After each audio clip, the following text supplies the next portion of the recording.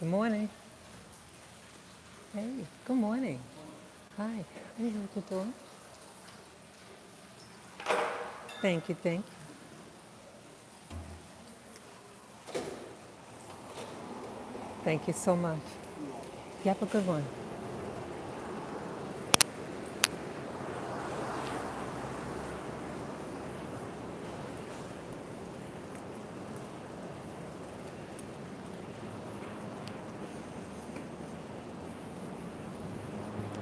Good morning, people.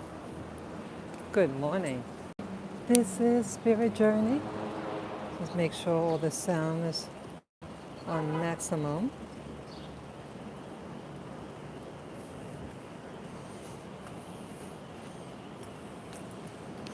Yeah, I got my my body cam on. Yes, good morning. Hello, Monday morning at dusk. One of my favorite times of the year, of the day, I should say, instead of the year, I mean of the day. Yeah, I like this.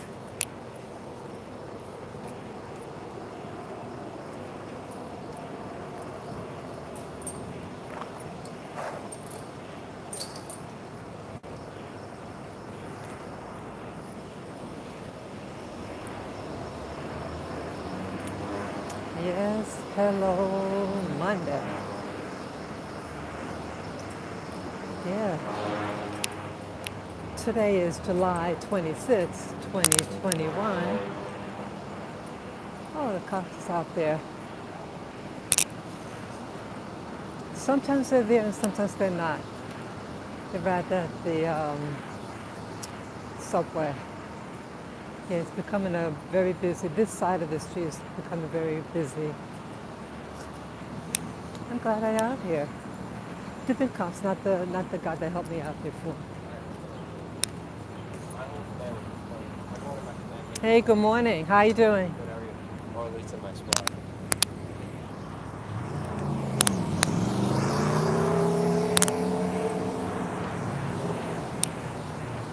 Not that they're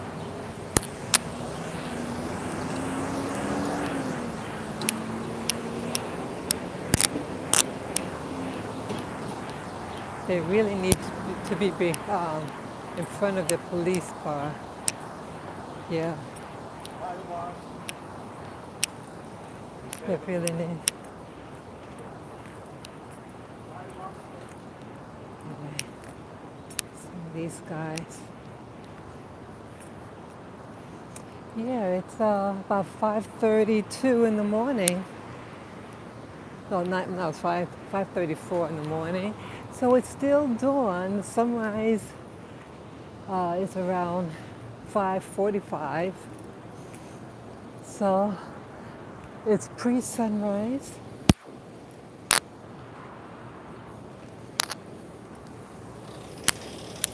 Yeah, I'm glad that the police officers were there. But they're like behind their police car, so I don't know how they're able to see in front of it, that corner, you know?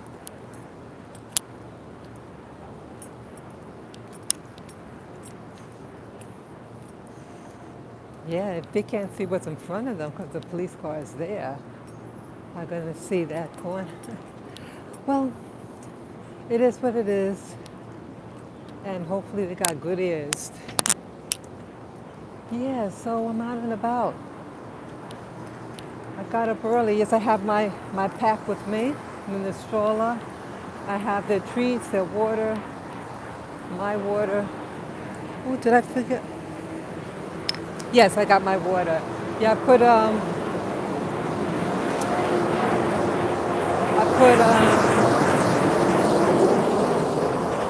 some herbals in it. Ginger powder, spirulina, and my multivitamin powder.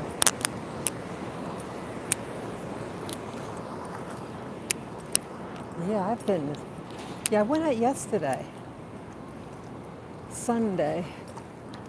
I was watching videos on how to train dogs. to walk on a leash. Yeah, there's a leash. I mean, I don't like that, dear. I mean, it's a leash that goes on the neck, and you place it on the top portion of the neck. And you know, it does work well if if you use it correctly. It does work. And I did use it on all three of them. They only had one at the store. I think it's a little bit too thick. I mean, it's a half an inch thick, and I think it's too thick. So I want to get a thinner one. I was kind of desperate. Yeah, they make everything so big. Even though people have small dogs in the city, but they get these big ass ropes. So I go figure. People, now I see if you live in the suburbs and you have your large dogs, because you live in a private house, or you live in a small apartment, most of the people have small dogs.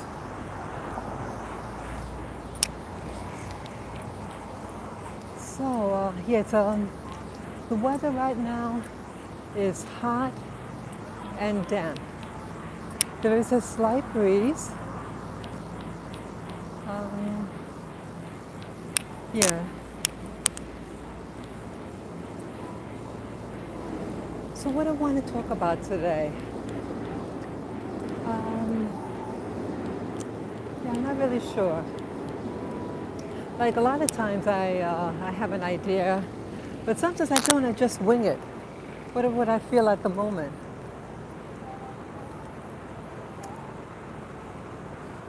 I know what I could talk about. When I was walking, I just came out of my place today to start my walk. I noticed a man. He was good on his bike. He was just coming out of those sex places. Yeah, New York City has those sex places.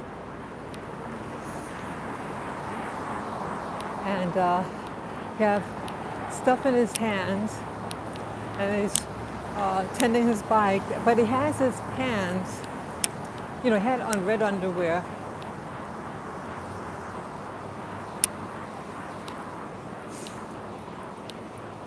But his buttocks, his pants is, below, showing his bottom.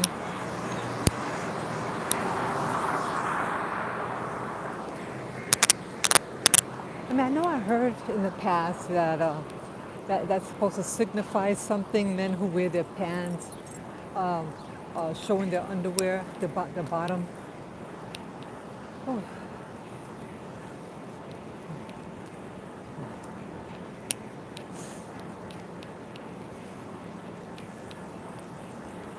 Yeah, you have that. Maybe they're supposed to be there, this guy has handfuls of toilet paper.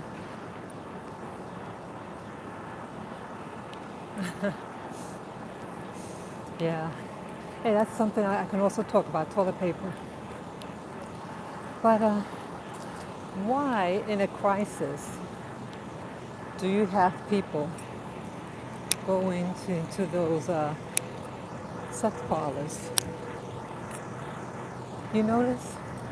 You notice when there's a crisis, where people are still willing to spend their last dollar on sex and cigarettes and alcohol. See that? That should be telling you something, that both of those things, they're addictions. You have people that have sex addictions. And unfortunately, growing up, I lived with someone, the person that molested me. He too was addicted to pornography. And he was turned out. The detectives that I called that eventually arrested him, he had an arsenal of kiddie porn. Is that nasty? And you would never know it. There are people out there who, they pay their taxes, they follow the surface laws of the land, they're degenerates. Yep. People, what's wrong with us? This is a crisis, a pandemic going on, and you have people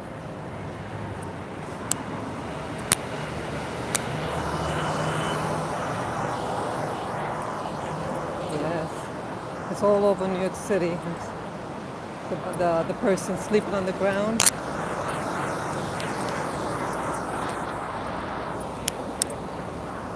So, what would make someone do that? What's addiction? And some say it's the root chakra of a basic, I would call it a program, survival. I would say the sex portion for reproduction. You don't need it to personally live, but for the species to survive, to procreate. But you have a lot of people here. But people are willing to spend their money on that type of filth. It is an addiction.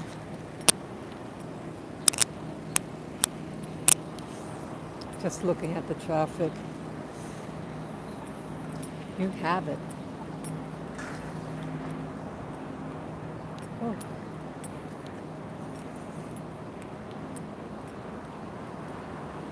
So, and alcohol attacks, I guess, the pleasure centers of the brain. It numbs you. They say alcohol is a numbing. It numbs you.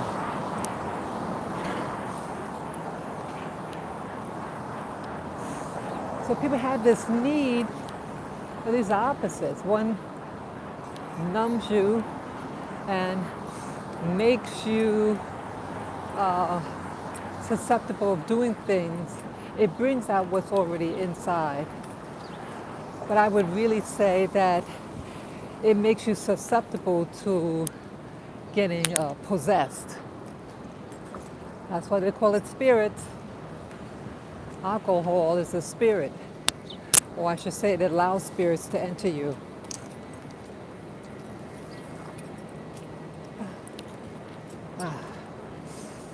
Allows people to enter you. Isn't that something? And you're not in control. And then when you wake up in the morning, you say, oh, I don't remember my doing that. Why would you want to take something to allow your body to be used by some entity? And I think with these sex, you having sex with someone you don't even know, those sex parlors, don't you think it's not just getting a disease, you get possessed.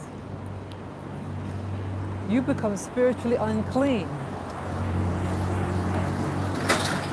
And that's what's really controlling. I'm wondering, okay,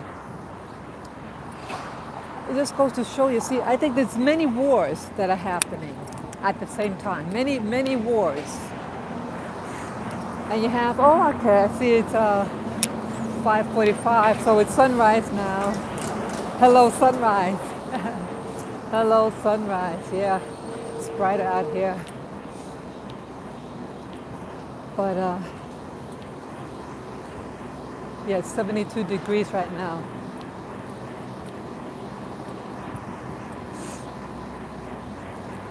Yeah, you have things that happen at the same time. See, there's many wars that are going on, secret wars. And one of them is the spirit world. And when I think they could manipulate you to do certain things. And they're relying on you to do that so that you get stressed. What do people do when they get stressed? They smoke, they do alcohol, they go to those sex places. And each one of those things is about taking control over your senses. Don't you think maybe that's what's really causing these wars? This conflict? It is entrapping you. And the thing is, you can't even see it. You can't see them. But I think you can see them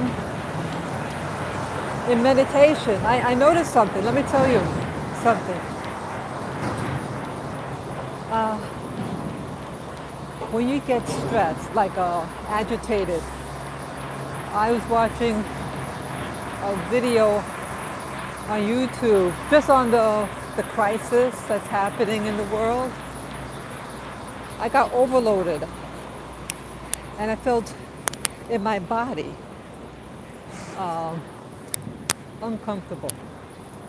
Sometimes if you take a nice cool shower, that can help alleviate the energy. See, it's a negative energy in the body. When you want your negativity, it attaches itself to you because you're like a sponge.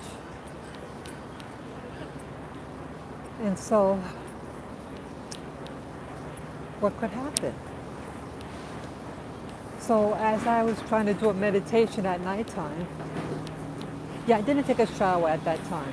Yeah, I just went to sleep. Oh, excuse me. Sorry. Guy cleaning windows here was, that long stick was poking out. Almost hit me. So,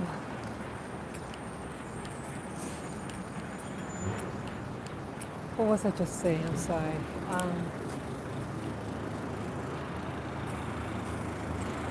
So I get distracted. Yeah, because I have to keep my eyes on the traffic and everything.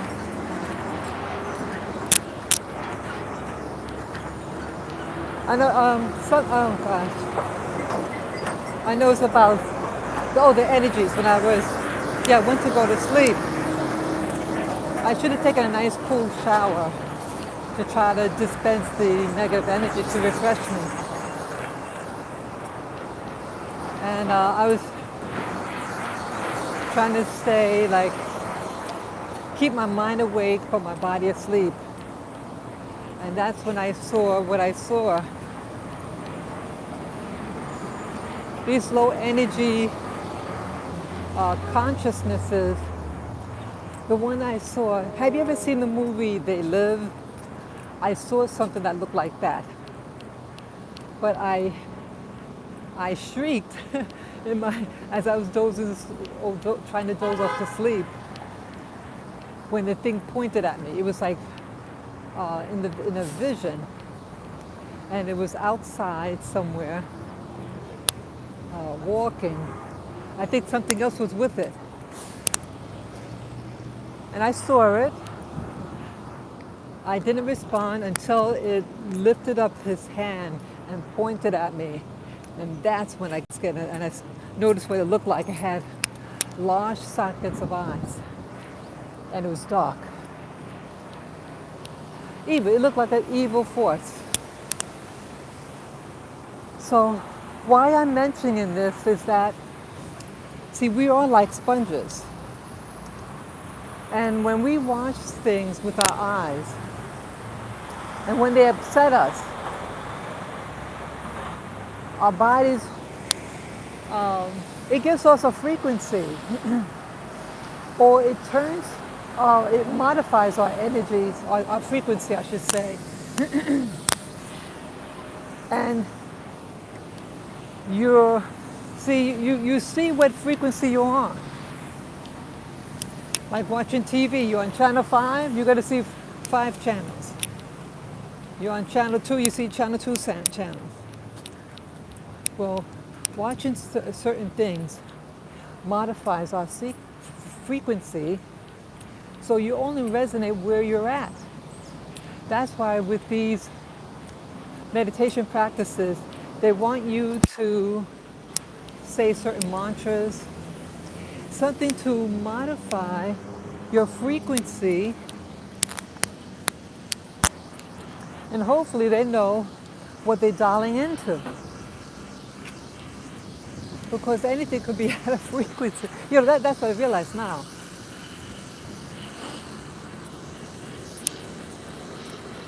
Yeah, like right now, I'm at a location.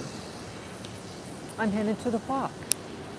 But here in this area, you have many variables. You have many things. You have many different types of buildings, different types of people. Everybody's doing their own thing, right? Yeah, we almost there, baby. Right?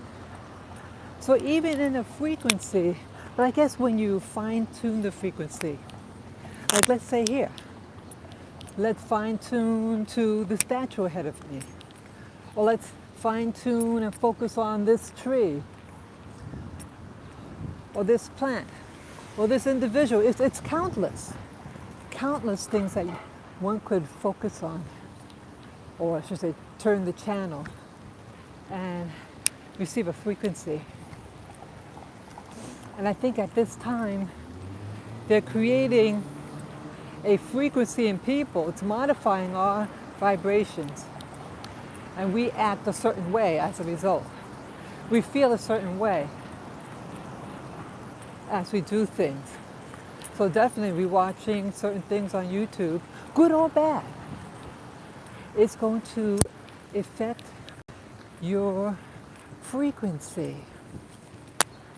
So that's why also I come out here until I can get myself, because see, we're all a work in progress. Okay, so now I'm in Central Park. I'm going to switch over and show you what's in front of me. Yeah, I like showing the park. See, some of you might be able to look at this. You can always turn off my voice. Let's say you just want to see pretty things. Right? This is pretty.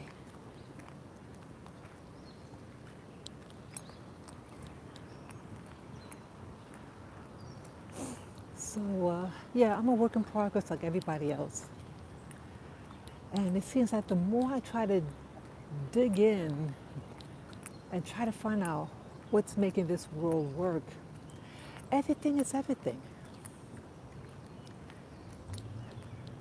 Everything is everything. The meaning of things is just it's just anything. Let's say, the meaning of life. You have to get a college degree. So that you're gonna let my doggies out here. Yeah, let's say to get a college degree. So you can get so you could get a house, get a job so you can get a house.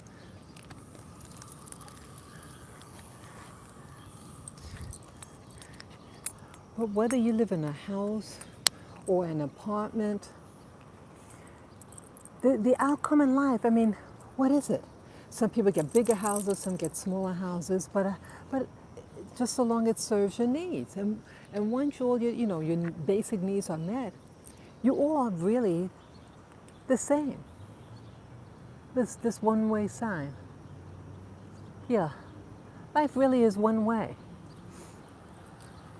Life really is a circle. It goes along this path, right? And you go around and around and around and around, right?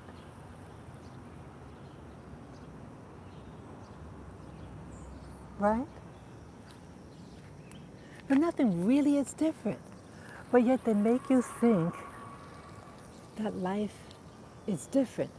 If you only had, if you only went to this college, and that's what I used to think. I had wanted to go to this one particular school, and I did eventually go, but it wasn't what I thought it would be. I mean, part of it was fantastic, but everything has something attached to it, so to speak. Now the school that I started out in was one of the best in the city, if not the best in the city. At the regular public public colleges, state-owned, no, city-owned college.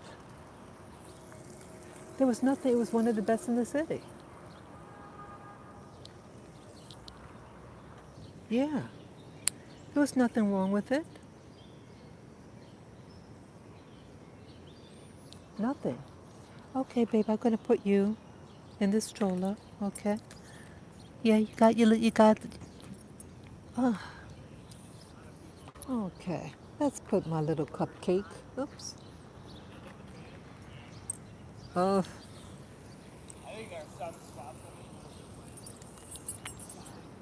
sorry. Sorry. They're just maneuvering my little girl here so she gets in safely. Sorry about that, my little cupcake.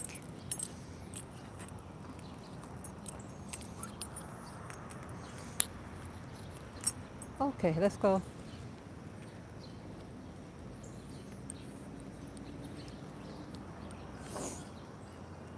Yeah. But it felt real to me at the time when I was going to school that, I gotta go to this school. Gotta go to this school. I mean, I had visited. It did have a fantastic science program. Yeah, had new equipment, and the schools in New York City is all dilapidated, uh, broken equipment. Because when I found, yeah, because I had to go there for the first 2 years. But after the first 2 years, I went away for one semester. That's all I was able to afford. Um, and I was a little disenchanted because I thought it would be a different experience. But what I was learning was learning about life and that everything has something attached to it, good or bad. And especially young ladies, you may say, oh, there's a bell water there. Oh, let's see if I can go on the side here. Yeah, it's a little ledge here. Yeah, I just did this. Come on. Oops.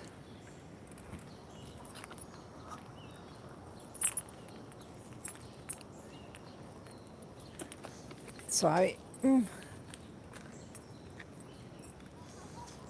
at these trees, the roots. I like that. It's a beautiful tree.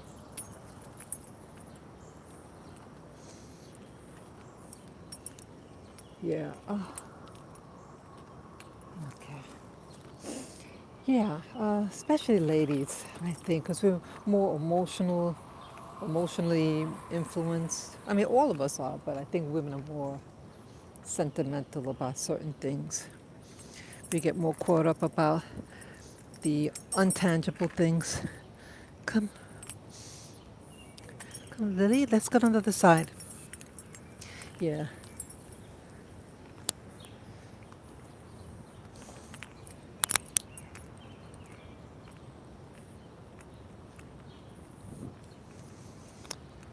Yeah, like, let's say, oh, I could only be happy if I had this boyfriend. If I only had this, and we all think about, uh, walking down the aisle, romanticism, uh, being swept off your feet, live in a beautiful house and garden. Well, there's things attached to that. Look at that person that married that family member of mine, a pervert. And yet these people could look like the American dream boat, your little dream boat, right? You have people. See, one thing that you don't know is what's inside a person, what's inside a thing. What makes a person tick?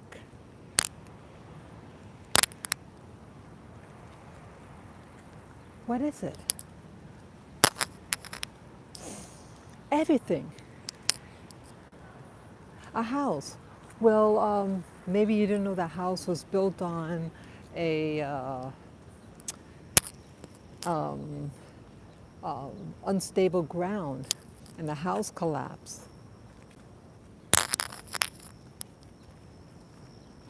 Maybe you had neighbors that were in the occult and they were sent out to infiltrate your family, your beautiful family. So some things had nothing to do with how you taught your children, especially your girls. It had nothing to do with how you parented, but the environment and not knowing what's motivating your neighbor, who could be, as I said, in the occult. Come, Lavin. Come. Come. Good boy. Good boy. Let's see. Let me see if I have their treat. Y'all gonna put a treat in my hand. Okay, let me just. Okay, let me just. I have to. I want to get a treat for them. You know, hold on to a treat. If I have to call them.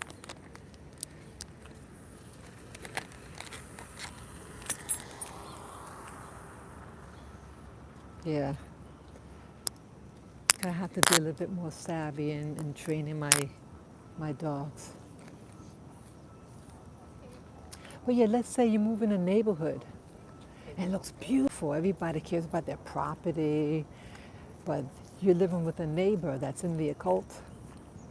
And they have their secret meetings and plan on how they're going to seduce your children and snare them away from you to cause chaos. Some people are about chaos. That's all what they're about.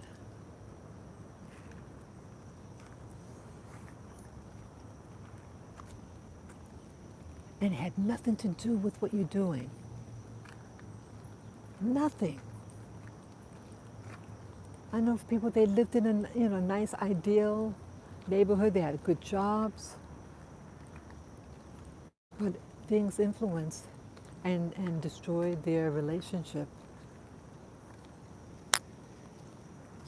This planet has many, many different outcomes.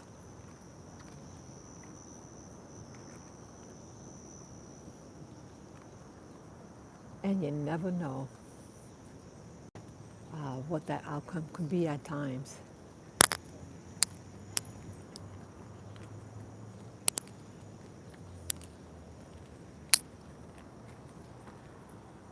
Yeah, so we're not to beat ourselves over the head. I mean, sometimes we feel like, oh, boy, if I only did this and that. You're not alone. Only thing I can say is you're not alone, people. You're not alone. You are not alone. We do the best that we could do in life. You could be a kind person, a giving person, but that doesn't necessarily mean that, like you hear the good die young. Have you heard that expression?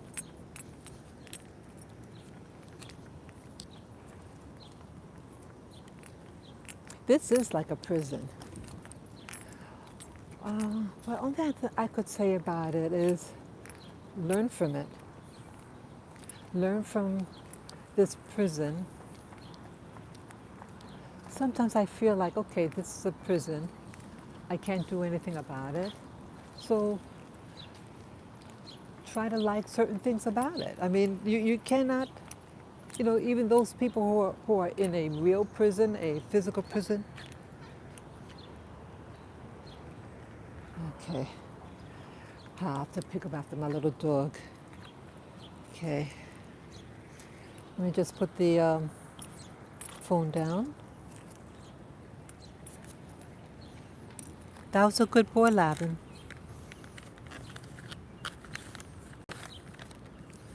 To pick up after my little boy.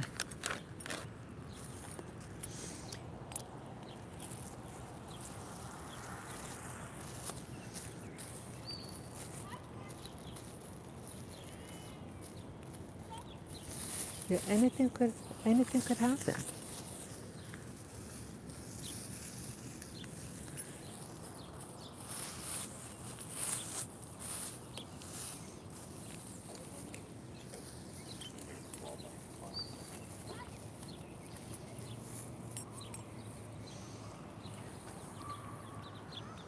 Sigh.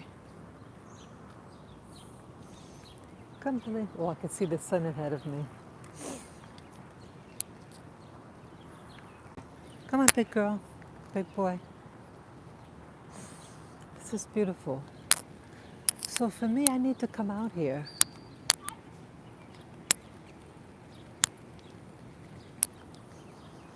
Yeah. What was I saying? To maybe learn to. Oh, in prison, you have real prisons here. In life. Some people who are doing life sentences, they can't do anything about it, but in the meanwhile, they could, hey, enjoy the food they eat, have a conversation with the buddy, the jail cell next to them.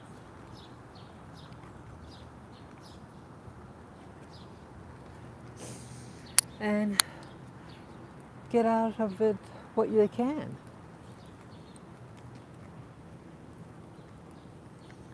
And that's what I feel like here. We could at least find out what we can learn from where we are. I'm going on the other side.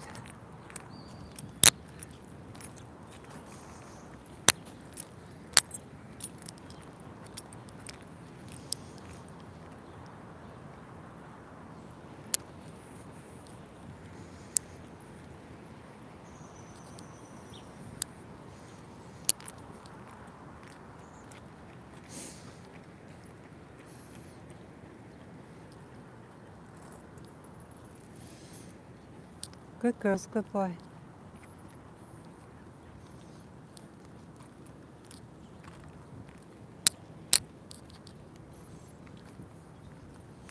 Yeah, so I come to a place like here because I generally feel I feel good when I'm out here.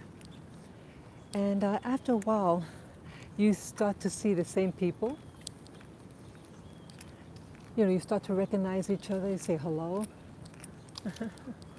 Like there's a guy on a bike, and he recognized me. He had stopped his bike and said, "Hey, how you doing? I saw you early on the park.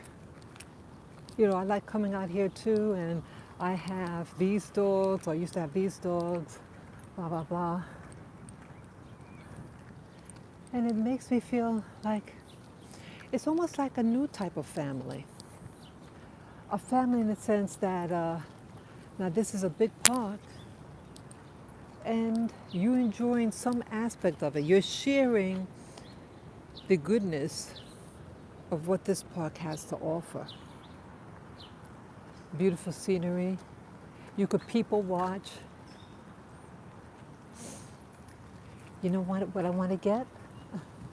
Like sometimes, like I used to live out in the boroughs, like in Queens. It's a residential area in New York City.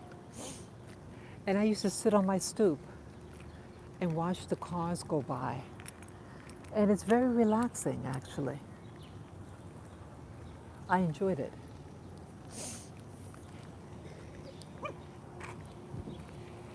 You have to come out, big girl? Let me see if she have to come out. I heard you barking and I'm moving. You have to come out?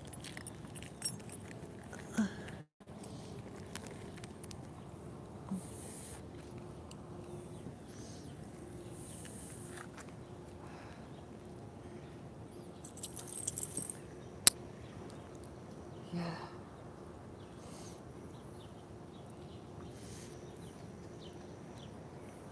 Lavin, come. Good boy.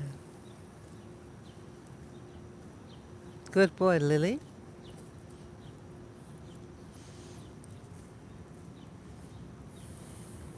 Okay, let's go high into the morning. Come. Come on, babies. Come.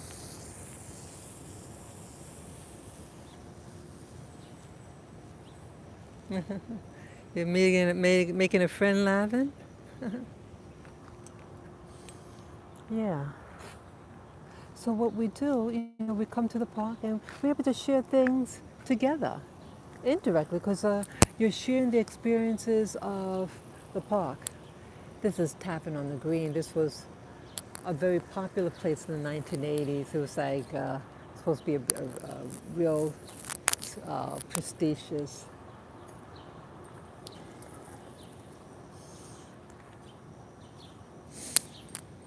That just reminds me of something. What is prestige?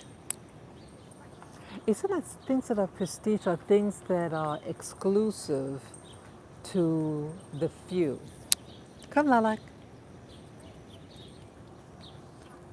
And it comes to my mind as I said about exclusivity. Near where I live, there is a restaurant. Lilac, you don't want to walk? Come, come. See, I need to get that other leash. Yeah, I'll get the. I don't want to get it. Yeah, I'll go online. So we're gonna put it back in. Okay, sorry about that. She was just barking. I thought she had to go potty. Let me move along. Yeah, let me talk about this other thing. About prestige. And we like, I know I liked, growing up, there were designer jeans in the late 70s, early 80s, and people wanted them. People were stealing them. They were expensive.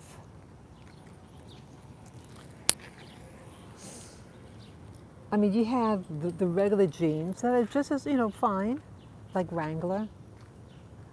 But you had Sergio Valente, Jordache,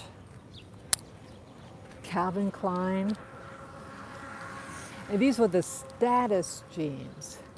And actually, they're designed to fit you extremely tight. I remember that. I remember going into Bloomingdale's, considered a high-end store. It was not too far from my school, the college I was going to at the time. I went to what was considered very statusy women's college at one time. The year that I went in was the year when co-ed, if I understood right. So it was right in the middle of plush. Yeah. You walk like a half an hour, you get to Bloomingdale's. You had, I think, Alexander's, Mays. And Bloomingdale's was there, it's right near the subway. And I remember going there and trying on Calvin Klein jeans, trying to feel like, trying to feel, find out what it's like to put on these designer jeans. Yeah. And I didn't even like how it fit me.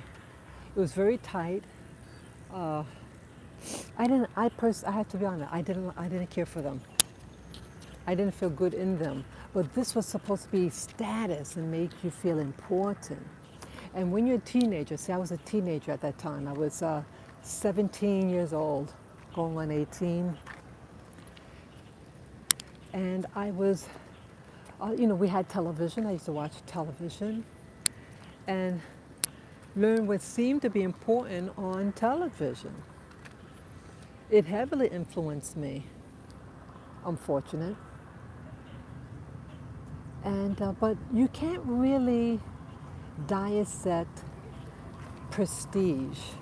It's more of a feeling and an assumption. Assumption of important. What is importance? What makes somebody important? When you really think about it, nothing. You have people who think they're important, like Gates.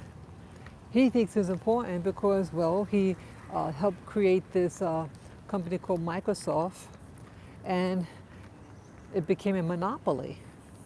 So everybody's stuck on Windows. It's not a perfect product. It's prone to getting viruses, right? And he used the money to build an empire of influence. Because of his money, he formed a foundation with his wife.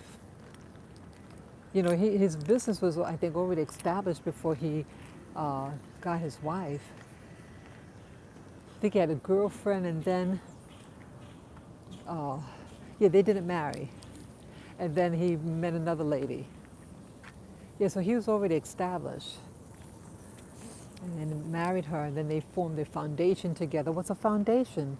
An organization, and you can ask people for money. That's what it really is. You start any organization, and you ask for money so you could do projects. And a foundation is supposed to have like some type of benevolency attached to it. Well, there's always something attached, it seems to me, in my opinion, about what do you call it, these organizations, these foundations. You hear it, the word foundation. That's what something is built upon, a foundation. What type of foundation is this? Is it a good foundation? Or is it a foundation of control? And I think some organizations, foundations, are about a foundation of controlling you, having people give them money so that they can buy influence. Hey, I'll give money to you if you do this. But see, people with money like that, you're a business person, and a lot of people buy your product, right? You got a lot of connections, a lot of people that you are influencing and that could influence you, and you can network. You can network, and that's what it seems like these organizations are turning into. Say, hey, I'll vote for such and such candidate. I'll just give you money, and I'll promote you. Right? That's what it looks like what's happening. They get bigger and bigger, it seems, these foundations. They spread like a virus, and they affect everybody that's around it.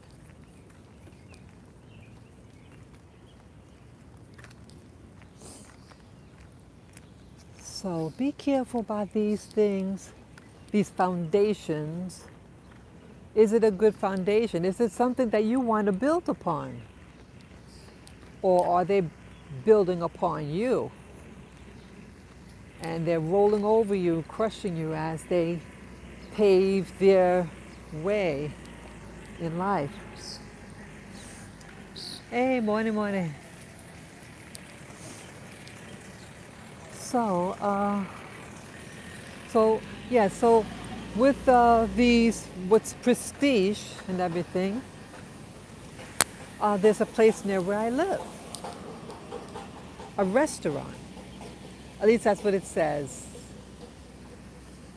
I think it's a Japanese name, and morning.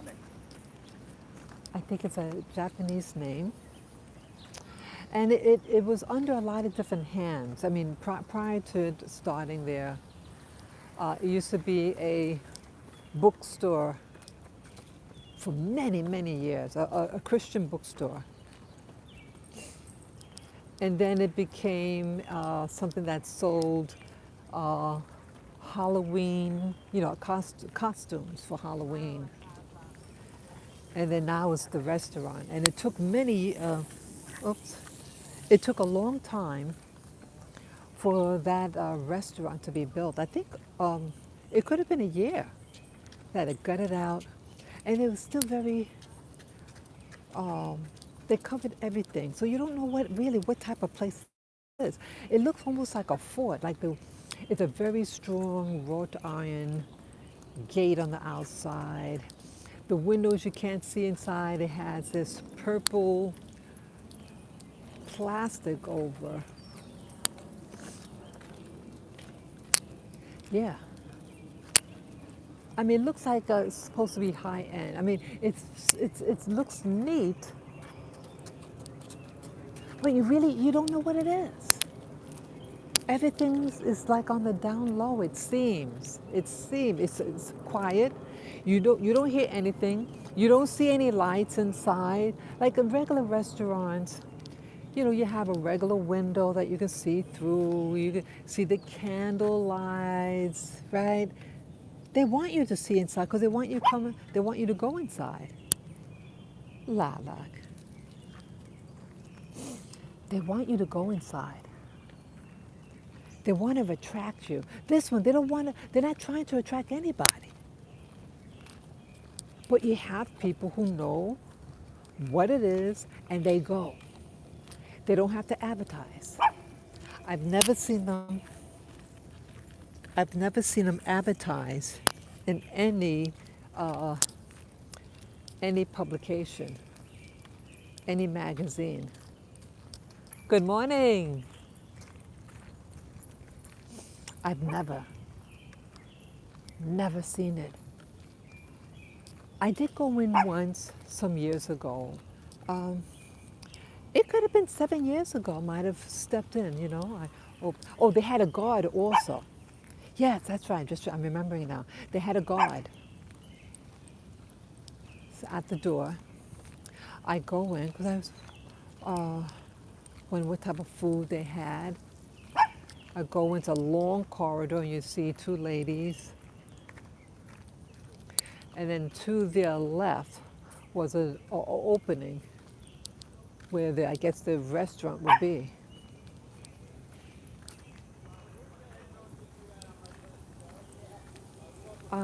I didn't eat there. I decided not to eat there. I don't remember the particulars why.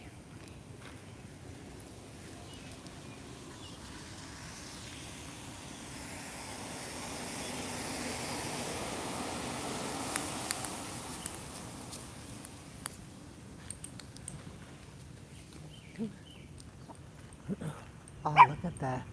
I hear you, baby. Oh, feels nice. I get a nice cool breeze right now. Look at the fog. New York fog. It's a London fog. This is New York fog. It's absolutely gorgeous. The canopy. Good morning, canopy. Woo! Oh, I love this.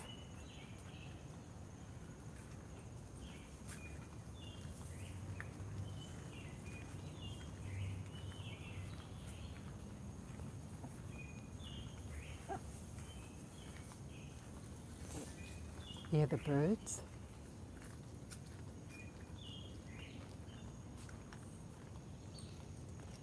Yeah. My little boy. And my little girl. Hey, Lily. Come over on this side.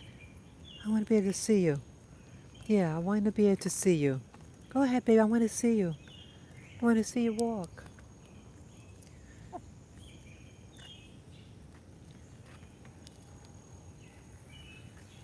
Yeah, I want to see you walk, Lily. I want to see you.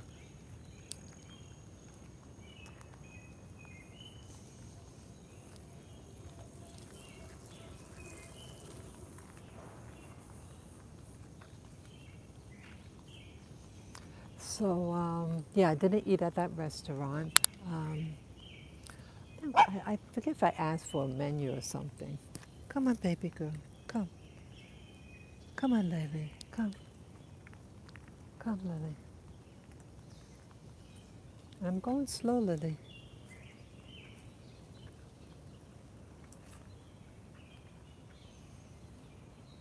My little girl. Lily. Ruff, ruff.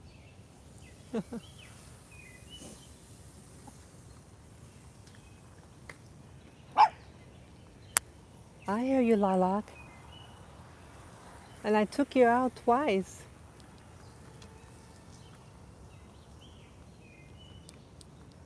So, so what is this prestige? You know, those things that seem to be prestige, it doesn't have a lot of people. Um, but somehow this restaurant is able to sustain itself even in this pandemic. Yeah. You don't see people go in. You don't see the guard anymore. The place is not boarded up because if it's closed, they would board it up, right? Nothing. Absolutely nothing. How do they stay afloat? How? You got to ask yourself these questions. How do businesses like theirs, I think it's just Asian food, I think Japanese, it's something. There are not a lot of people that eat. I mean, we have like sushi houses. You know, you have places in the city that sell, you know, openly, you know, Japanese food, the bento plate.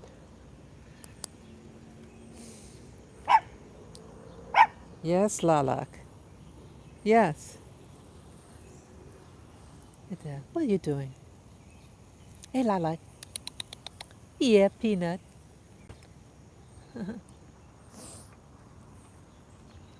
It staggers me. So it really makes me wonder what this place really is. Is it really a restaurant?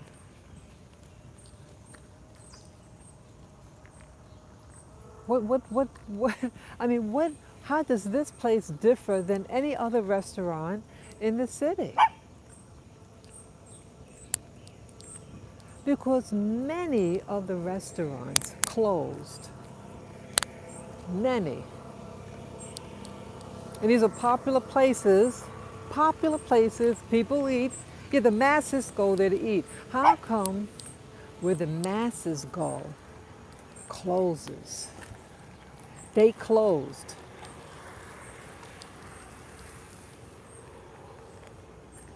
The masses should stay open because of the money that's being generated.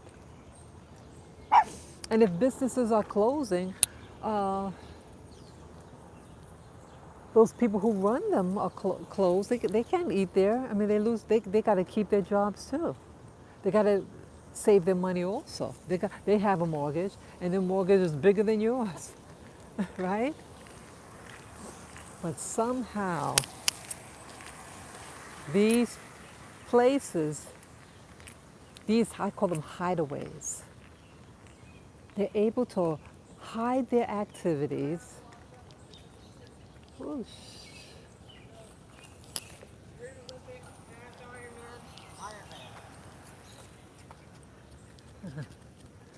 They're able to hide their activities from you. I hear you, Lilac. And you don't want to walk. Isn't that pretty? So pretty.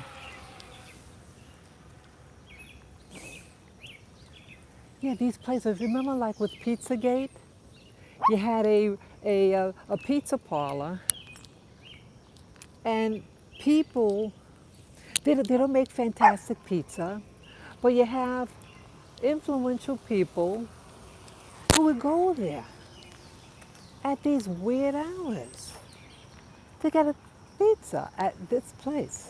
I think it was a relatively new place. Why there? Why would you want to go spend that kind of money and bring your kids there? Why would you want to bring kids to that place with weird art? How do they stay in business? See, these are the things that really run this world, this planet. There are things out there that we're not privy to. It might be prestigious. But what is prestige? What really is prestige? Well, it seems here prestige is illicit activity. It's illicit. It's a veneer. Prestige is a veneer. It doesn't. It serves as a facade. You need to get out? What's going on here? What's going on? Huh? What's going on here? Why are you barking like that?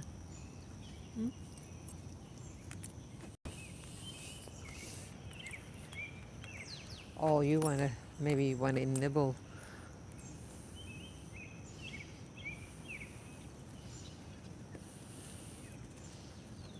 I put it down.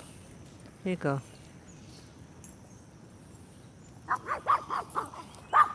Okay. Okay. Come on, Lavin. Lavin, let's cut that out. Hey! Let's cut that out. Let's cut that out. Let's cut that out. Cut that out. Sorry. He has the new leash on. Yeah, this is a thick one. I don't want it this thick. Oops, sorry. Behave yourself, Lavin. Sorry about that. But yeah, these places that somehow they're just regular, okay, pizza place, but people just die to go there, and they bring their children. Why that one?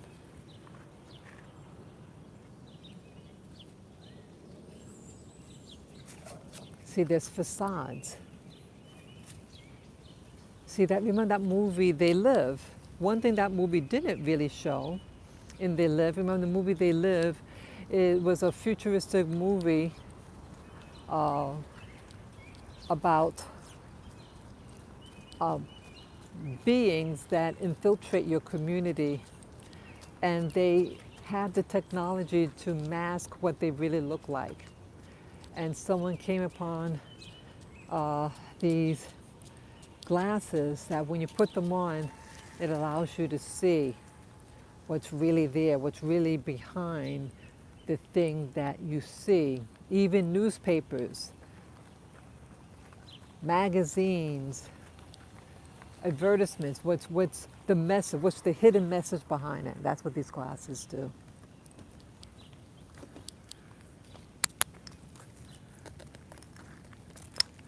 Sorry.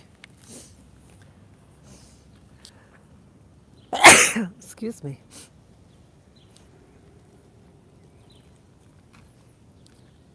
Yeah, so in the movie They Live, the protagonist in the movie discovers the secret, what's happening. But the movie doesn't say, okay, he came upon these beings that are hiding in plain sight. But where did they go? Where do they hang out? Where, what's going on? What is the life behind life? That's a secret. Life behind life. There's a life that they're living that we see, and then behind closed doors, another life that they live in.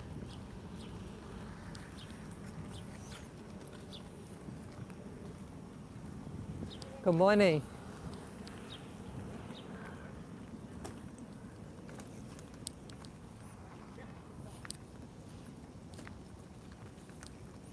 Isn't that something?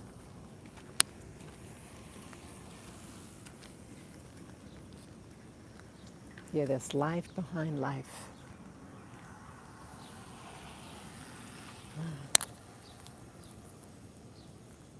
That's different. That looks dangerous. It's putting a strain on your neck. You have to lean forward with your neck.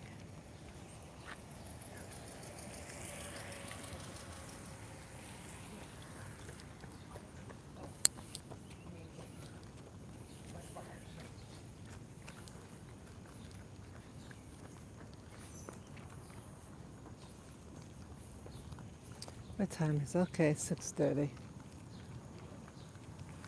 I'm gonna go down here.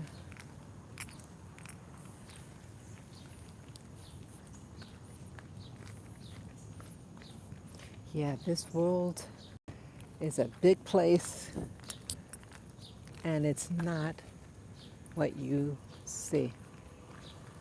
Okay, got my little boys. God. Okay, stay. Good boy. Stay. Stay. Hey. Good boy. Good boy, no bark. Good boy. Yeah, I think this leash kind of snaps his attention, you know, gets his attention so he doesn't react, you know, so quickly. But I have to be on top of it. So, come.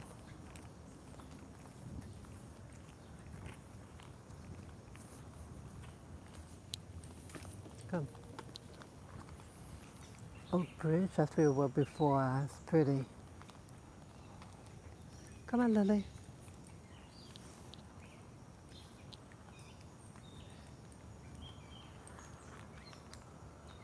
Okay, come on. Come. You're doing well, Lily.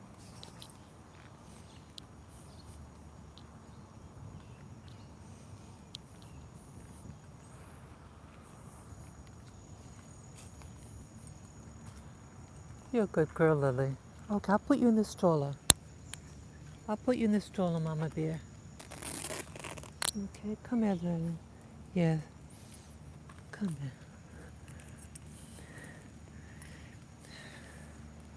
Yeah, I walked her yesterday. It might have been just too hot outside. It might have been just too hot. But she didn't walk too much.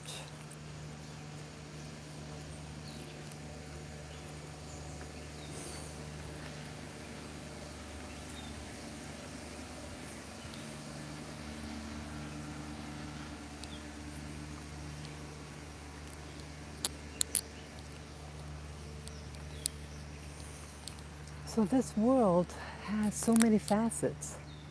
The world that we see, this beautiful forest. But maybe there's a world behind this one. But I like coming here though.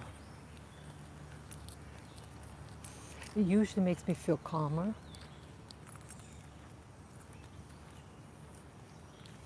Yeah, makes me feel calmer.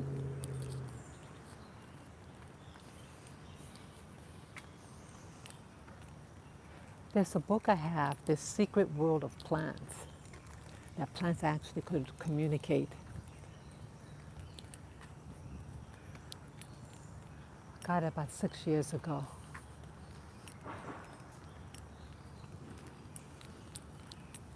Secret world of plants.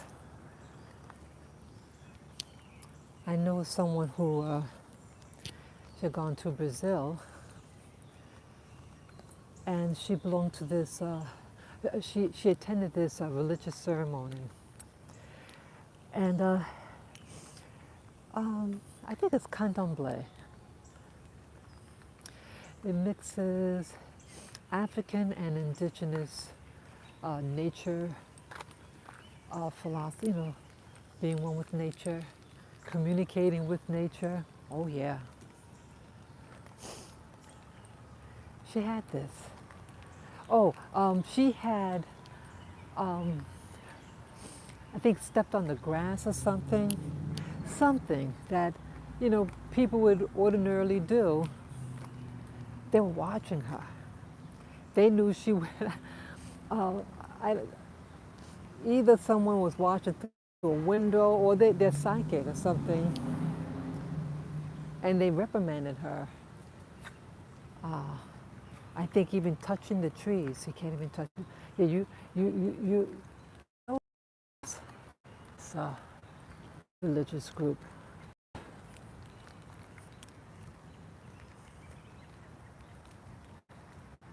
Yeah, there's different organizations, and they have their belief systems,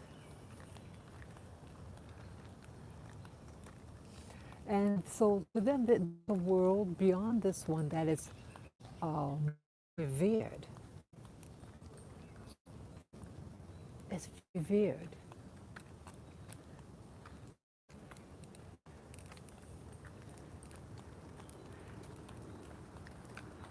The person opened doors for me, this person, and I was able to attend a candomblé ceremony. Once I was introduced to the group, because it's something they don't advertise. She told me about it, and I came with her. I was initially afraid because it is dealing with the paranormal. I was real scared, to be honest. Well, after the initial shock, everything was fine. But for me, candomblé, it's not for me. Because I started to ask questions. What question did I ask? Well, I asked them a question. It's like a psychic.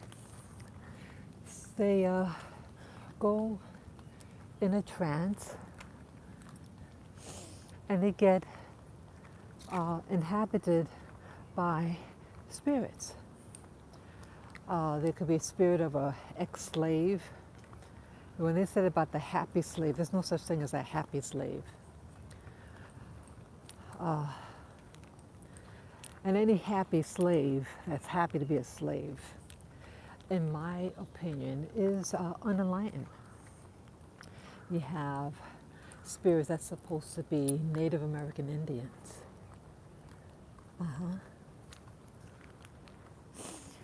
And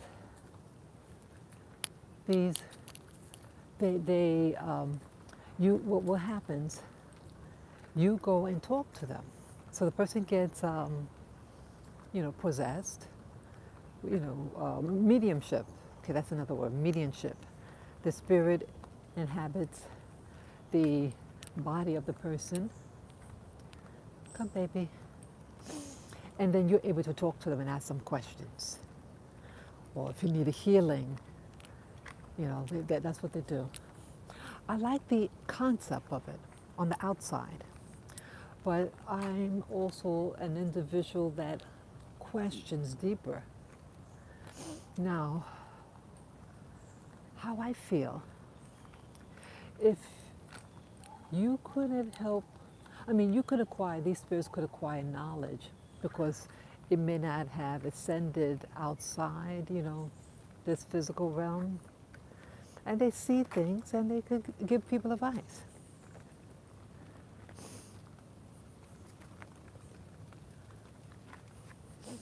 But they didn't really have an answer for me.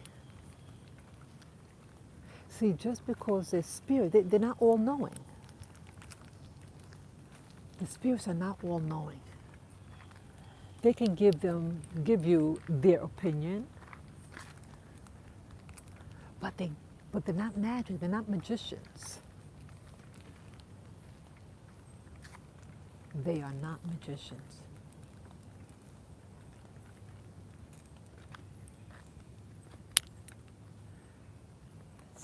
I never sat here. Yeah, I never sat over here before. I see time restraints. Yeah. Yeah, let me set everything up, get the little doggies out. Oops.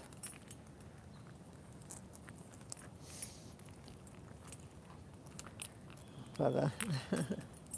Sorry, Lily. Have to move your. Oops. Brother. Okay, come here, Lily. Come.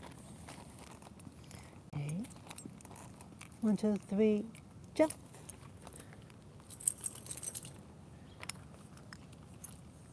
Okay, got you down. Okay.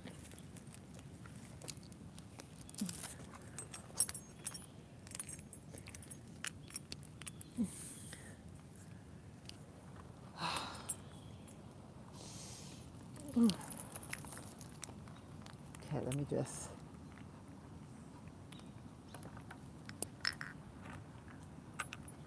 Okay, let me just get settled here. Just a moment, Lily. Just a moment. Let me set up everything. Get your little water. You need your water. Yeah, this is a nice little corner. Time restraints and this is just as fine, you know. Something to just change things a little bit. Okay.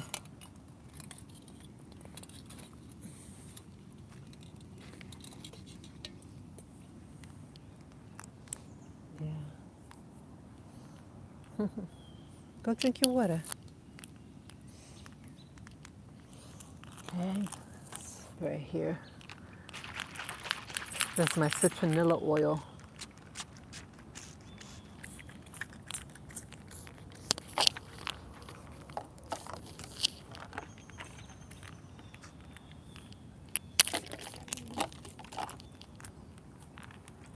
Putting a citronella spray on me.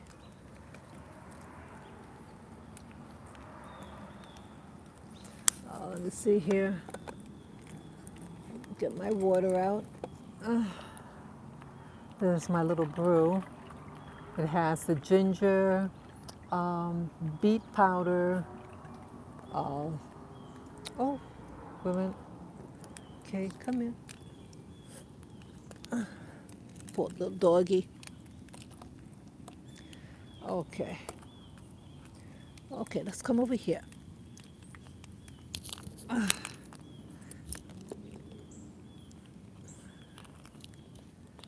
Okay. Let me scoot over. Sorry about that. Let me turn on the camera. Yeah. So this is a different spot within the Ramble. I haven't sat here before, but it's near where I originally go, you know, when I first started coming out here. So I'm not going real deep into the forest. Yeah, this is a forest. This is a forest in New York City. It's absolutely beautiful. But yeah, like the person that I know, she went to the jungles of Brazil. What's a jungle? It's a forest. It's just different types of animals they have there, but a jungle, forest, it probably looks just like this one. And yeah, so um, for me, I mean, I like the idea of spiritualism, um, well, I don't want to say paranormal because that has more of a negative connotation, but spirituality and um, you know the rituals and things like that. Wearing all white and they have the beads and everything, right? It's fun to look at. But for me, I might have gone there maybe 5 times, and for me, I didn't really get anything out of it. I mean, they have meals there that you purchase, and they make great. It looks like an omelet, and they also make this coconut candy that was out of this world. I love coconut. Yeah, so I mean, the social aspect of, of sitting down, eating, they spoke, these were people, Brazilian, they speak Portuguese, and they, they spoke English, many of them spoke English. Um, you know, I don't really find the people that I met from Brazil, I don't really find them that friendly. If you're not from their world, it's like I sense a wall, like a reservedness. Now, there are other groups like that, like France has its way about that too. But this one, I don't know, it's something more. Come, let me see. Okay, I can take the glasses off. Yeah, it didn't, I don't know, my experience with the things Brazilian, um, it didn't really sit well with me. Um, there's certain aspects that I like about Brazil, initially the romanticism, but even when you analyze that, what is romanticism? I would say that more of exploitation of the women, women's sexuality. Women in Brazil are being assaulted in some form every few seconds. Um, so that aspect I don't like about Brazil. But I like the idea of nature religions, um, but the culture, but the people communicating. It's like a wall. So here I know of a person, a YouTuber who recently gone to Brazil earlier this month, and I hope she has a pleasant experience with the local people. Yeah, because see, she doesn't know the language. So you got, yeah, there, Brazil. Yeah, that was another problem with my friend. She didn't, she didn't know a lot of Portuguese, and they said, "When are you going to learn?" Yeah, she was going there for a number of years, and so there was a big part of what happened with her. I see is that they expected her to learn the language.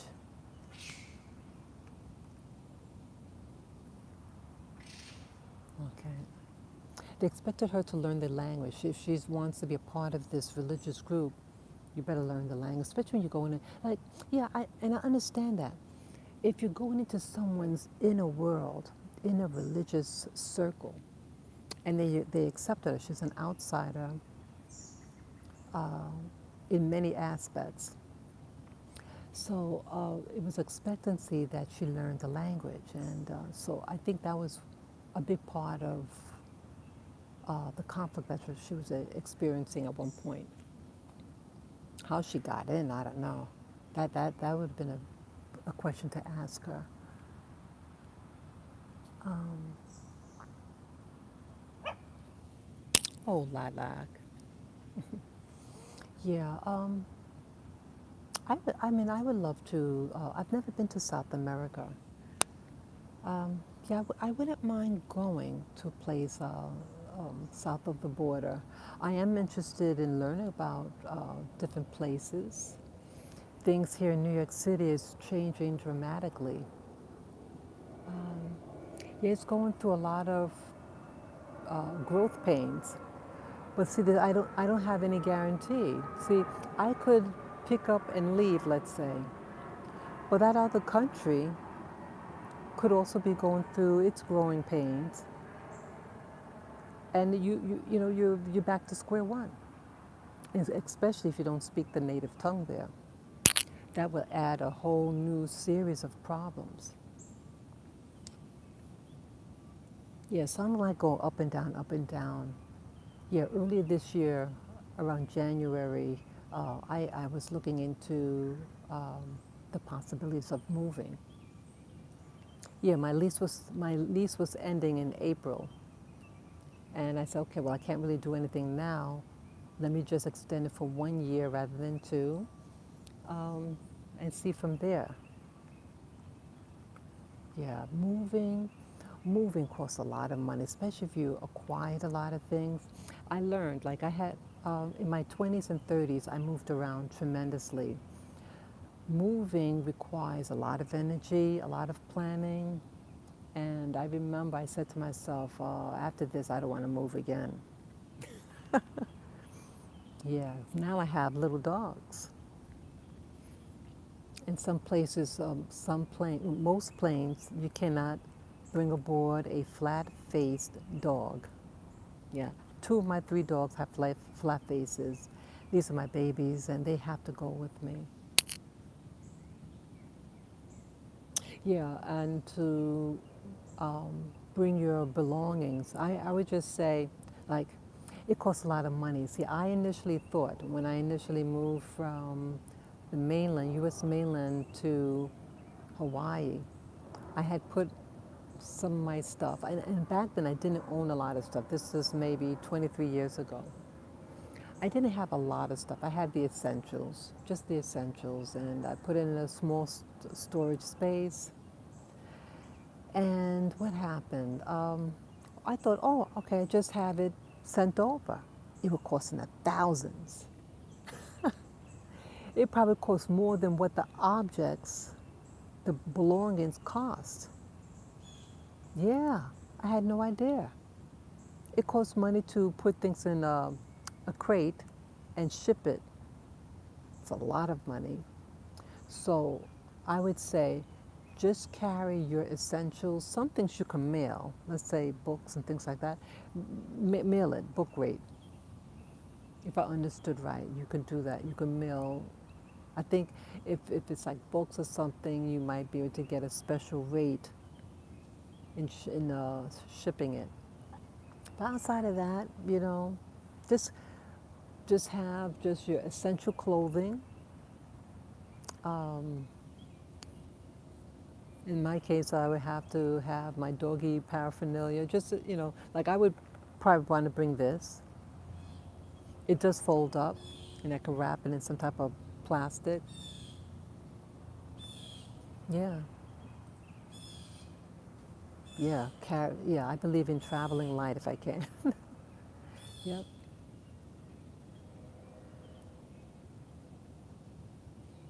Yeah, I would like to. I would. Part of me would really like to experience the tropics in South America. Oh, I did live in the Caribbean. Yeah. Um, yeah, it was interesting. It was, yeah, there are tropical diseases. Dengue fever. Yeah, you get bit by a mosquito and you get this real high fever, 105. Yeah, some of it could be deadly. I think it lasts like a week. Yeah, you feel like crap. Yeah. Why are you barking at me? Go get your water. Go get your water, little girl. Go get your water. Go get your water, Lala. Look at her.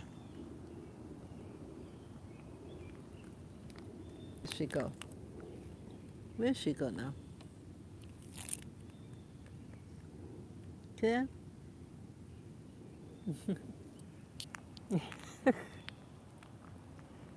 Yeah, there's anybody there. Yeah, this is nice here. Yeah, all those floods are happening now all over the world. China, Europe. Again, I don't think it's not by it's not by chance. It's not by chance. Yeah, this is my drink. I also put my vitamins in here, powdered vitamins, minerals. The green thing is spirulina and what, ginger. Yeah, so I gotta drink it.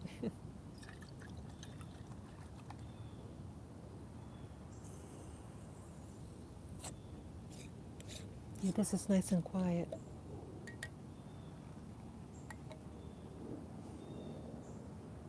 Absolutely beautiful here.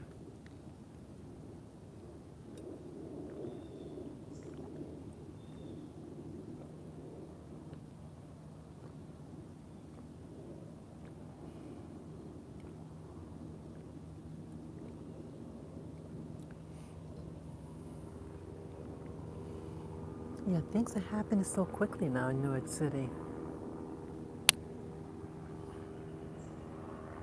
So part of, as I said in the earlier video, that in the eye of the storm, it's quiet, and the things that you see around you.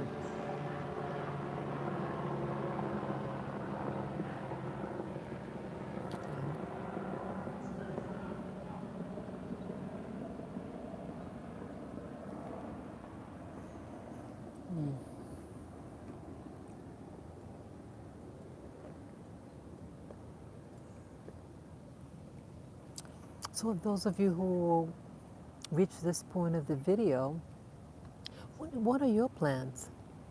What if you live in the United States of America? What are your plans?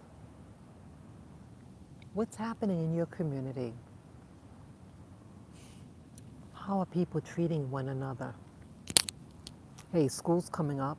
This is July. A month from now, some children will be going to school, or college at least. They want to make it mandatory for people under 18 years of age that they have to be vaccinated, even though they are the least likely to contact the disease or even die from it. Yeah, those of you who have children, um, ask about, hey, religious reasons or whatever, that you'll have your kids be schooled at home, right? Yeah, that should be an option because your body is your business. Lavin,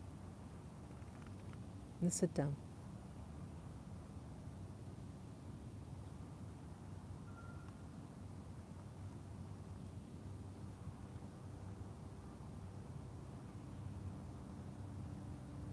Yes, he's a good watchdog.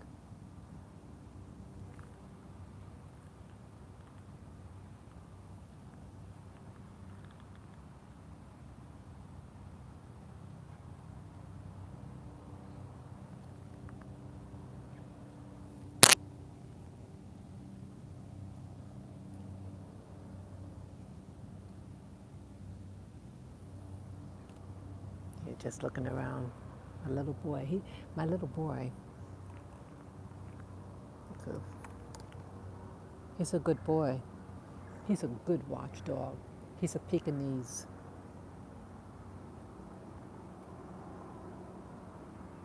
Yeah, he's very protective. Very protective. He's a good boy.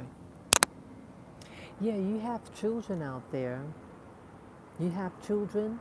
Um, you just do your research. Do your own research. But just ask yourself why, like in New York City, they have all these booths now. Get free testing for COVID. Get a free shot. Why would you need something um, if less than 1% of people are affected by it by death?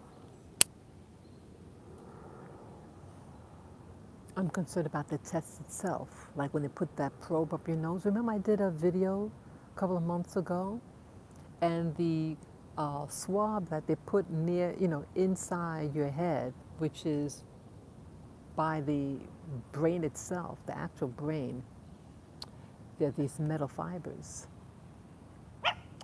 What are these metal fibers?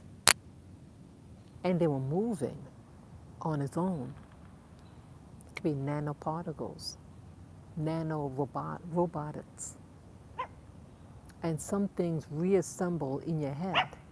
They reassemble once it's in your body.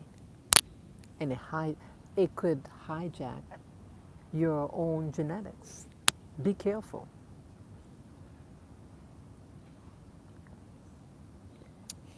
My father would say there's nothing free in the world. Why are they doing all this free stuff? It's because they're going to get a payoff out of it.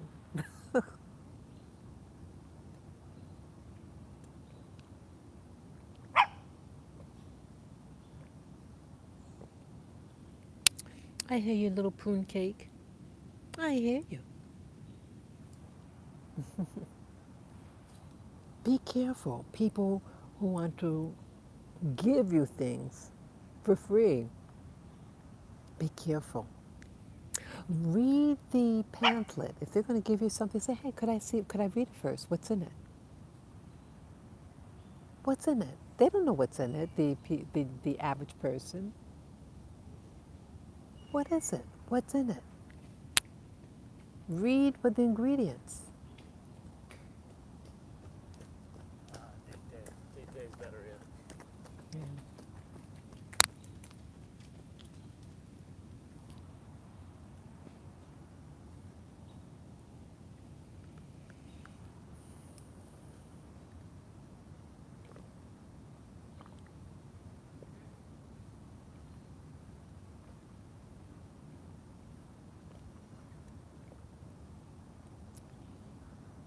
Yeah, you better start reading what's in this stuff that you eat. See, it seems like they want to get inside your body. They want to do something. It's an obsession, and they know that time is short. So they're acting quickly. You have to do it now. You have to do it now. Get it now. I mean, it's all over New York City. These COVID testing places. Get tested. Why? They can't do anything for you if you test positive. And being tested for exposure is not sickness. This whole air is ubiquitous of viruses, bacteria, fungi, everything. Exposure doesn't mean sickness. You don't live in a bubble. See, that's also why I come here. I'm not into so much, like there are people, they touch this chair. Oh, I gotta wash. I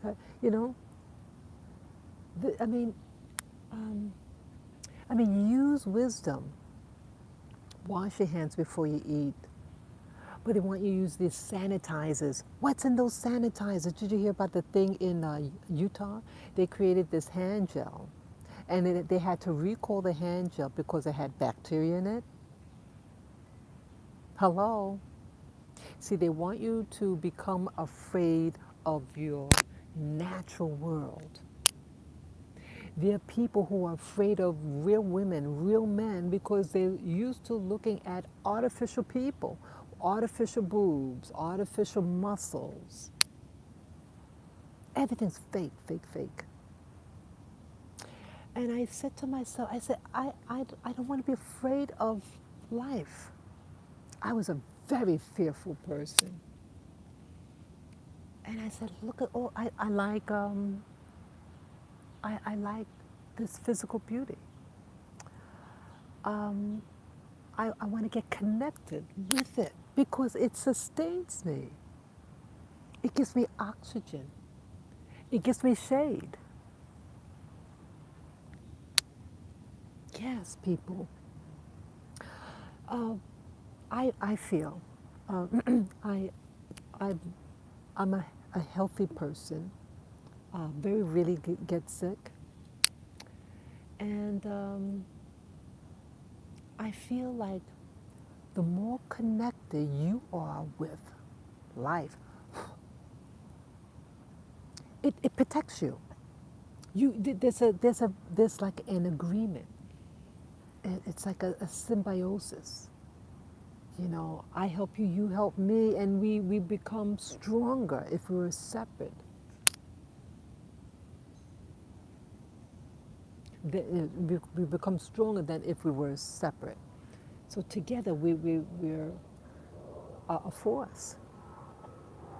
Yeah, I don't want to be afraid of, people, people who, I notice people who are like afraid of everything. They have all these hand sanitizers. They tend to be more sickly, always blowing their nose. They're sick people. But see, they're turning it around. Now they want to make people afraid of strong people, people who are strong in their, what do you call it, their immune system. If you have a strong immune system, oh, we can catch it from you. Oh, really? Those people who got the shot, in my opinion, I'm not a doctor, I'm not giving up medical advice. If in that vaccine has the virus, then you are infected with that virus because it's inside your body, inside your cells. So you can contaminate somebody else because it can replicate in your body and you can infect somebody else, right? Hello? But if it's not in my body, so how could I infect you? See that they're twisting around that those who don't have it can infect somebody. Anybody can infect anybody. The vaccinated can infect people and the non-vaccinated if you're exposed to it, right? But they don't really even know what it is. Become one with your world if you can, people. See, that's what real humans are all about, what you call the so-called primitive cultures. The primitive cultures lived in harmony with their environment. That's what they're about.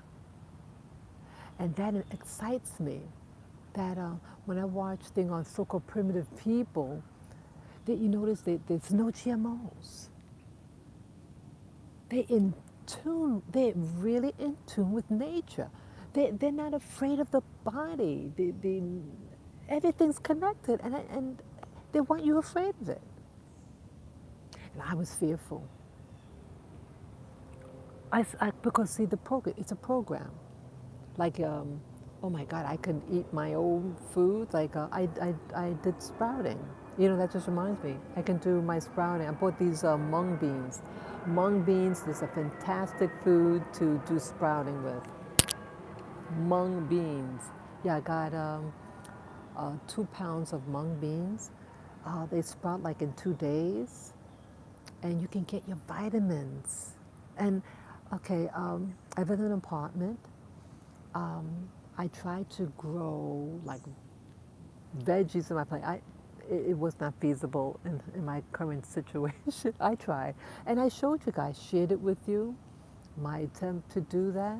But I may not be able to grow a garden in my current apartment situation, but I can do the sprouting and produce my food that way. Just part of it to supplement and make you feel that you can do something, that you're a farmer still because you do your sprouting, right?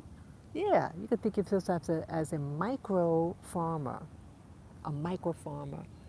You do your sprouting, uh, and you feed yourself, and you give your thanks over your food. I give you thanks, nature. You're giving me shade, the elements. It's quite beautiful. Yeah, lilac. And my doggies need it. My dogs need to get out. I want them part of nature. I don't want us to be stuck in an apartment all day. You will go cuckoo after a while. Yeah, I don't want that. Let me drink some more water. Yeah. Yeah, you trying to boss me around. I know what she wants to eat.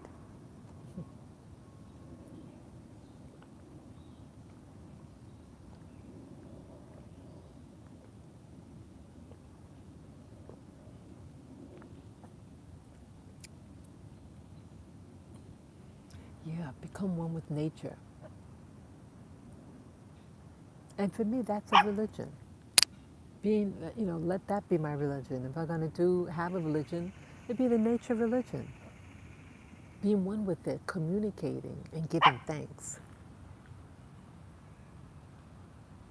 And I like to believe that they'll be able to help me. They'll be able to protect me. That's what I believe. I believe that if I learn how to communicate with the trees and everything, I know it sounds wild, but they say everything has consciousness. It has consciousness. And some people are in tune with nature. Isn't that what witchcraft is all about? With when the ladies.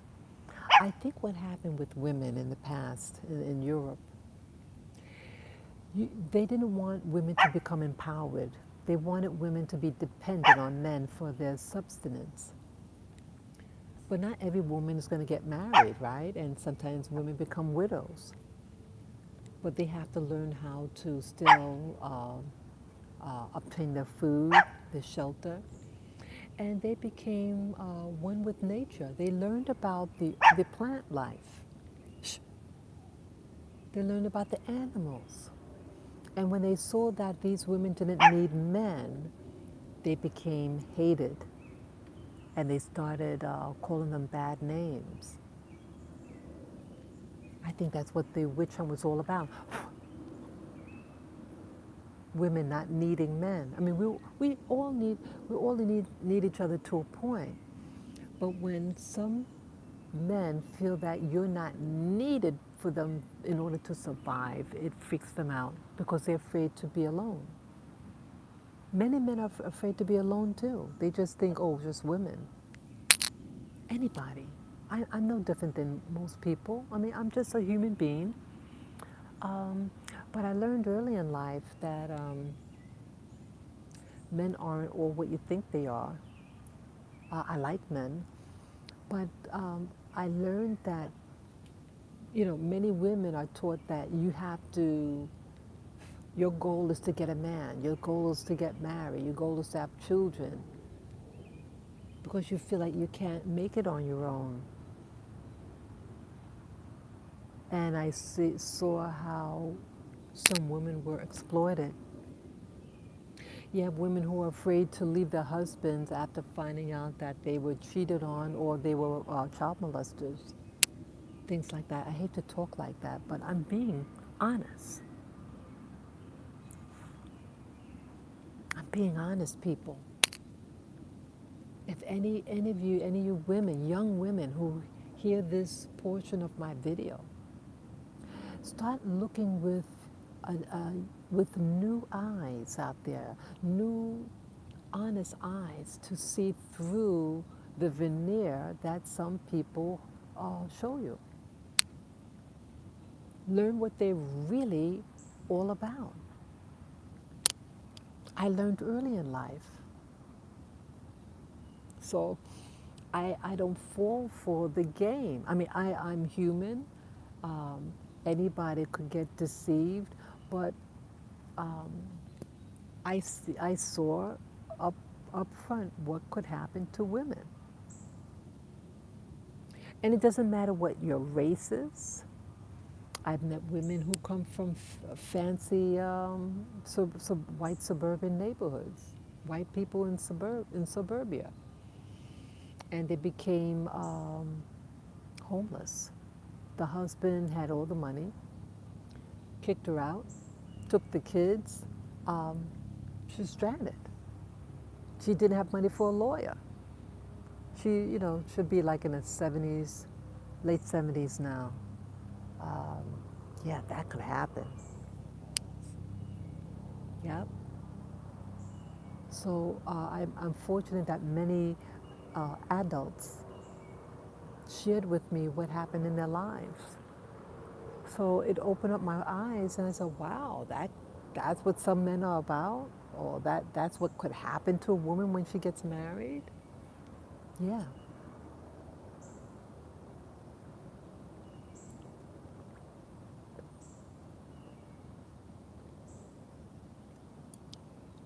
Almost done.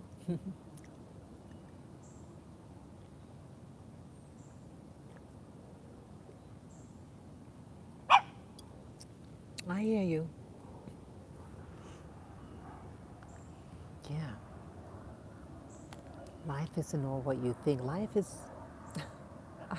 I don't know, sometimes you just feel, sometimes you just feel like you're losing it because the reality of things, is this all that it is? But ultimately, it's what you make out of your experiences, how you internalize everything. Part of me just wants to just be one with nature, um, obtain my food, shelter, and just be at one. Yeah. I think it's this electronics, television is the big culprit. Television, computers. We're spending all our time on these things. Before we were more social. You know, we had books we could read. We could read to our families, you know.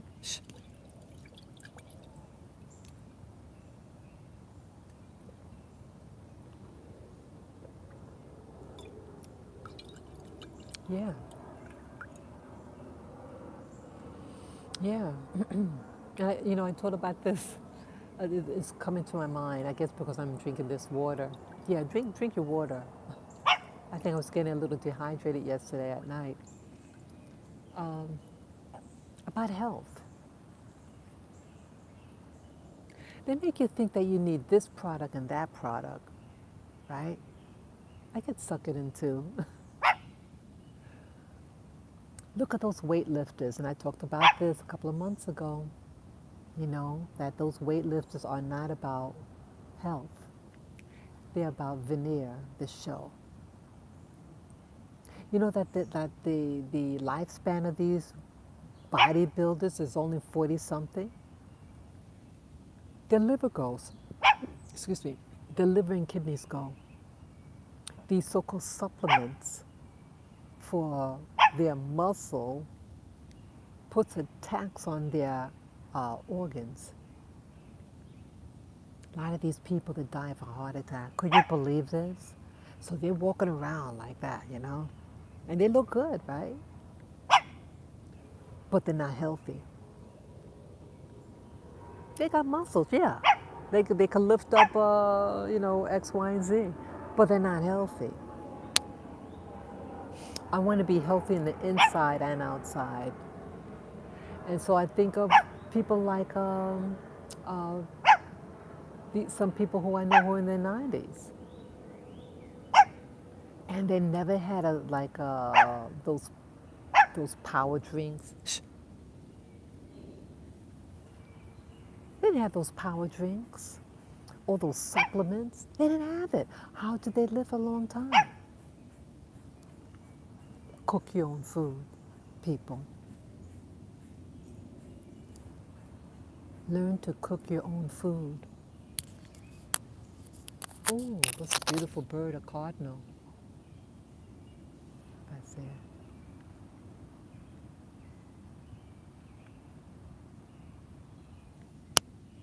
Oh, flew away.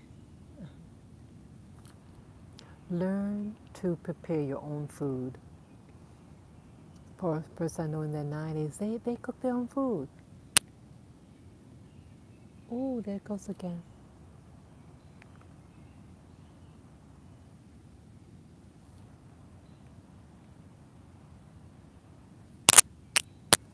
Okay, it flew away. Cook your own food. Cook your own food. Yeah, they try to make you feel embarrassed.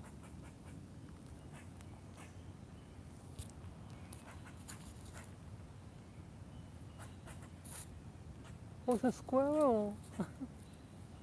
It's a little squirrel.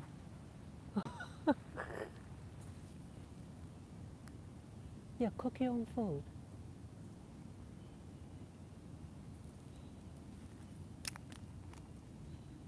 The squirrel's staring at me. Cook your own food, people. Cook your own food. Okay, I don't see it now. Yeah, cook. Yeah, these little squirrels, boy. Yeah, cook your own food. They used, when I was growing up, when I was like a teen, and I was bringing lunch at one time from home, and people like, I felt people were laughing at me. Oh, she brought her lunch because they want to feel cool that they have money. They want people to think they got money to buy food. Well, honey, you keep going out and buying your own food, you're not going to have any money left. Yeah, make your own food. Yeah, a lot of the immigrants, so from the West Indies, yeah, they peas and rice and a little meat, eat out of a, like a plastic container. Uh-oh. Yeah. See, they want you to feel ashamed of doing a good thing, making your own lunch. Um, yeah, I know someone that their wife used to make their lunch to go to work, the construction. They worked construction and they made fun of him that he had his lunch. But early on, everybody brought their lunch. They had their lunch box. And they had their wives or moms prepare them their lunch. And they saved money. People in those days saved their money. Yeah, they saved their money.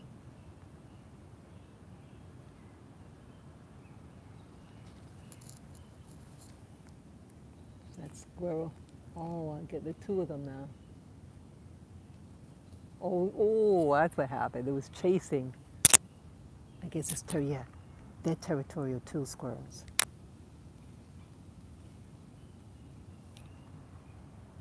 Yeah, buy your, make your own food when you can. You got young people starting out. Make your own coffee at home. You could buy a thermostat, those fancy thermostat. You want to try to look cute. Yeah, you don't know what they put in that food.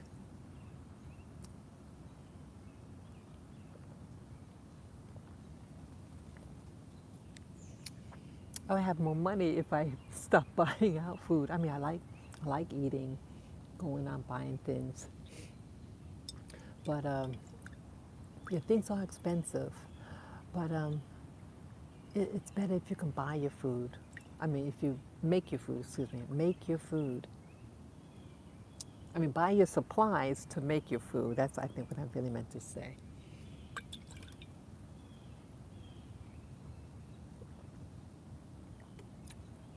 Yeah, people back in the days, they lived longer.